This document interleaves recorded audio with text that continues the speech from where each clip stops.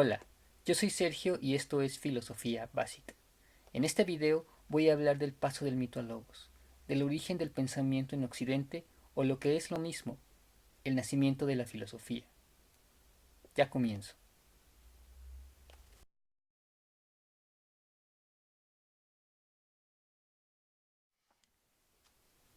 Aunque la filosofía nace en el periodo arcaico, es necesario tomar en cuenta que fueron los cambios que ocurrieron desde el periodo anterior, la Edad Oscura, los que permitieron el surgimiento de la filosofía.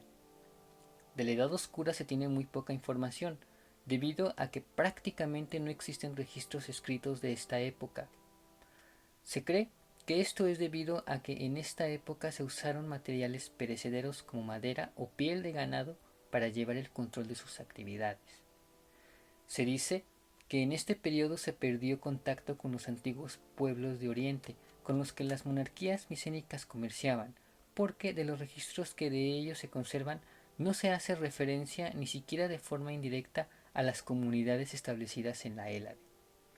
Sin embargo, los cambios a que hago referencia no pudieron ocurrir de una generación a otra, sino en un periodo más largo de tiempo. El momento en el que se cree comienzan estos cambios es en las migraciones a inicios de la Edad Oscura. Se sabe que los dorios llegaron desde el norte de la Hélade e invadieron pueblos dominados por los reinos micénicos, ya sea que las invasiones causaran la caída de los reinos micénicos o que la presencia de los dorios en esta zona ocurriera como consecuencia de dicho suceso. Parece que su presencia en los antiguos asentamientos influyó en la transformación que estaba por suceder. Se sabe además que hubo grupos de pobladores que emigraron de estas poblaciones hacia el este, a lo que se conoce como el Asia Menor, la actual Turquía. Estos emigrantes se establecieron en ciudades jónicas, de entre las que se destaca Mileto. Siendo esta la configuración de las poblaciones, los cambios que permitieron la evolución del pensamiento comenzaron a darse. Son 6 las características que pueden encontrarse en la obra de Miguel Morey, Los presocráticos del mito a logos, las que influyeron en el ya referido nacimiento de la filosofía. Estas son: la fundación de la polis, el papel de la religión, el uso de la escritura fonética, el uso de la moneda acuñada, el uso de técnicas geométricas y el entender a la filosofía como un género literario. Pero ¿cómo se da esta evolución de las explicaciones míticas a los cuestionamientos filosóficos? Según Miguel Morey, el nacimiento de la filosofía es el paso del mito al logos. Esto puede interpretarse como el paso de un orden donde existían jerarquías de mando a un orden donde estas jerarquías se debilitan y la organización de gobierno cambia. La conformación de este nuevo orden fue influenciada por ideas como equilibrio, proporción y acuerdo. En los antiguos regímenes micénicos, los mitos tenían una función organizadora. Los mitos servían para explicar un acontecimiento inaugural, que daba sentido a los sucesos del presente, los cuales eran entendidos como una repetición de ese momento originario. Lo que se pretendía era repetir el ciclo indefinidamente, intentando prever y evitar cualquier hecho inesperado. Las antiguas civilizaciones de Oriente seguían este tipo de organización en donde todo se ordenaba según una explicación mítica. En ese sistema donde todo acontecimiento del presente era una repetición cíclica, el rey era el encargado de vigilar que no ocurriera algo inesperado. En otras palabras, cualquier acontecimiento debía ser previsto tanto en el ámbito social como en los sucesos de la naturaleza. La observación de los acontecimientos naturales era de muchísima importancia, ya que saber predecir sucesos como los eclipses garantizaba que el rey y los sacerdotes mantuvieran su estatus. La llegada de los dorios a la parte sur de la Hélade y la caída de los imperios micénicos significaron un cambio en el orden antes establecido. Son justamente estos hechos los que inician la Edad Oscura, que duró cerca de 4 siglos. Pero fueron estos sucesos los que permitieron los cambios que propiciaron el nacimiento de la filosofía. El primero de los efectos que debe ser mencionado y que se produjo después de la invasión doria es la fundación de la polis. La estructura de la polis es distinta a la de los antiguos reinos micénicos. En la polis no existía un palacio real. En su lugar había un espacio vacío en el que los ciudadanos realizaban las actividades de carácter público. A este espacio se le denominaba ágora. La existencia de un espacio público donde la gente se reunía fue un lugar propicio para contar las grandes hazañas de los héroes y dioses de la mitología, como aquellas que Homero narró en sus obras. Al narrar las hazañas de héroes y dioses, Homero puso en marcha una ordenación de las divinidades griegas. Existe, según sus narraciones, un conflicto entre la voluntad de los dioses y los héroes, y los seres humanos quedan en medio de este conflicto, a la expectativa. Por ello es que Homero propone algunos conceptos que servirán para orientarse frente a las circunstancias. Es sobre esta base que se desarrolla el pensamiento prefilosófico. Morey menciona, además, que la obra de Hesiodo también será de mucha importancia. Es Hesiodo quien estableció un árbol genealógico de las divinidades, y los primeros filósofos basaron sus reflexiones en el modelo hesiódico, aunque cambiando los nombres de los dioses por elementos de la naturaleza. Debido a la importancia que Homero y Hesiodo tenían en la antigüedad, es necesario mencionar el segundo de los aspectos importantes para el surgimiento de la filosofía, es decir, el papel que jugó la religión. Cuando se establece la polis, la religión cambia de sentido. Al no haber un libro sagrado que muestre la verdad revelada, ni casta sacerdotal que imponga los dogmas, fue posible que surgieran los rasgos que configuraron el pensamiento racional. Con esto quiero decir que con la caída de los reinos micénicos, la necesidad de un pensamiento racional se hace evidente. Es a partir de la Edad Oscura que comienzan a haber distintos tipos de cultos a los dioses. Además de la religión olímpica, la religión oficial, existieron otras expresiones religiosas distintas, cuya principal preocupación fue el destino del alma. Las características principales que tenían estas religiones es que eran entusiastas, festivas, eran prácticas nocturnas, al contrario de la religión olímpica, que era de un carácter sereno y ordenado. Estas prácticas religiosas fueron representadas en las imágenes de Dionisio y Apolo. Dionisio representa la exaltación, el baile, la música y la embriaguez.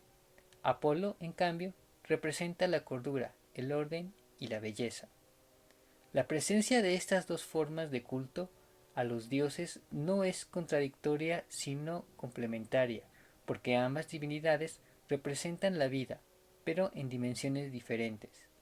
Apolo es el dios de la vida personal y perfectible, pero condenada a la muerte. Dionisio, por el contrario, es el dios de la vida impersonal y cíclica, es decir, que se va renovando. Para los sabios era importante tener en cuenta las dos dimensiones de la vida. Por un lado, estudiaban las formas y las ideas, pero por otro eran conscientes de que estas ideas se expresan en un principio poderoso que debe ser respetado. En este punto, mito y logos no se oponían, porque el logos era narración de hazañas heroicas, pero la idea del logos evoluciona hasta representar un concepto abstracto. Y fue según Morey, a partir de algunos rasgos que aparecen en la polis, que dicha evolución fue posible. El primer rasgo señalado por Morey, la tercera característica mencionada en este video, fue el uso de la escritura fonética. Durante el periodo micénico se había usado un tipo de escritura silábico, el lineal B, que servía para los registros administrativos de los sacerdotes, pero esta es sustituida por una escritura fonética que se copia del alfabeto fenicio y que se modifica agregando las vocales. Además, se implementa el uso del artículo neutro. El uso de este tipo de escritura no era exclusivo de los sacerdotes, y eso permitió que muchos conocimientos que antes eran reservados para la casta sacerdotal ahora fueran del dominio público. El uso del alfabeto y sus implementaciones permitió que se escribiera tal y como se hablaba, y que fuera posible hablar de lo abstracto. Además, es importante mencionar que la importación de papiro desde Egipto hizo posible transportar con mayor facilidad aquello que se escribía. El segundo de los rasgos mencionados por Morey, la cuarta característica en este video, es el uso de la moneda acuñada. La moneda acuñada se empieza a usar a mediados del siglo VII a.C. en el Asia Menor y en el siglo VI a.C. en ciudades de la Hélade. Se cree que en un principio se usaban exclusivamente para las necesidades de la ciudad, tales como pagar salarios o recaudar impuestos, pero su uso se fue extendiendo con el paso del tiempo y sirvió para el comercio entre diferentes ciudades. Según Morey, el uso de una moneda sirvió como fundamento de logos en su carácter de representación universal. El uso de la moneda permitió establecer valores exactos para los distintos objetos. El logos, según nos dice, tiene esta característica, es decir, intenta hacer equivalencias entre los distintos objetos existentes con una medida universal. El tercer aspecto a resaltar, el quinto en este video, es el uso que los primeros filósofos hicieron de la geometría y la astronomía. Gracias a estas herramientas se pudo situar al hombre en el mundo, sin necesidad de recurrir a los mitos y ordenar los acontecimientos en un sistema que permitía ubicarlos en el tiempo y el espacio. La geometría, por un lado, permitió un mecanismo con el que era posible abstraerse y teorizar, y la astronomía, por otro lado, permitió la orientación en el espacio y en el tiempo. Pero Morey menciona que esta es la forma apolínea de explicar los acontecimientos, y que frente a esta forma de orientarse en el espacio y en el tiempo hay otra dionisiaca, importante tomar en cuenta para explicar el surgimiento del pensamiento racional. Se refiere a la adivinación. La adivinación es un mecanismo que tiene como propósito la toma de decisiones ante lo inesperado. Este rasgo fue una herencia para el pensamiento racional que fue particularmente explotada por los sofistas en su forma de argumentar, y los filósofos de su época y posteriores debieron tomar en cuenta.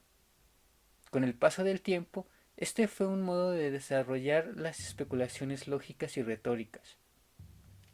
El sexto y último aspecto no es mencionado directamente por el autor, pero es referido en su obra.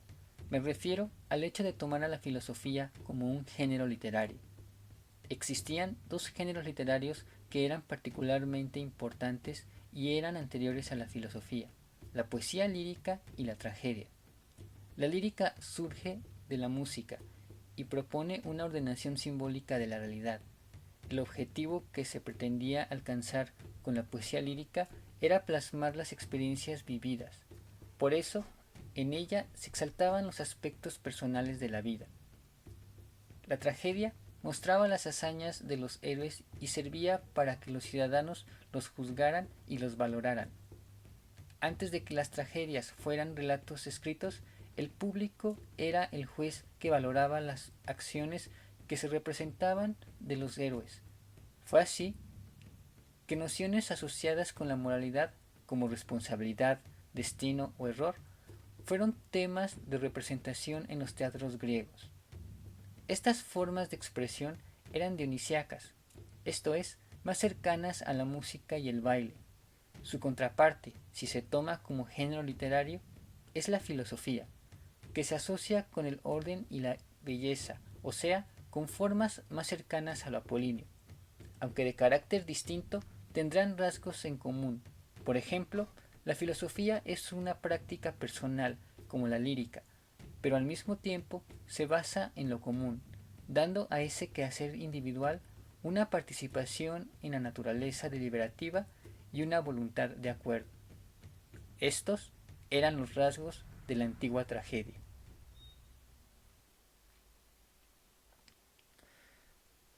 Se puede afirmar que estas características apuntalan a la idea de que los griegos recibieron una gran influencia de otras culturas.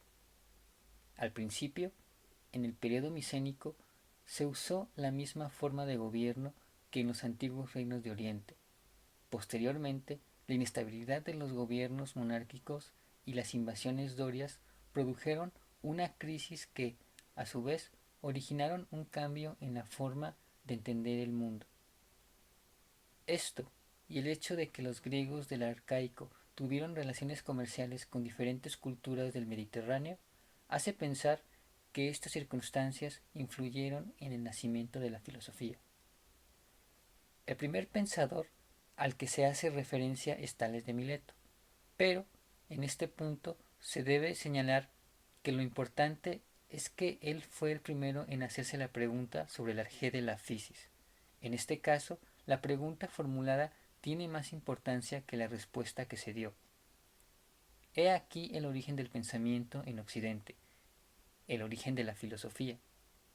Ahora bien, frente a esta explicación que supone que el nacimiento de la filosofía se debió a una influencia de las culturas de Oriente, ha habido pensadores como Frederick Copleston que opinan que las culturas de Oriente no tuvieron un papel importante en el nacimiento de la filosofía.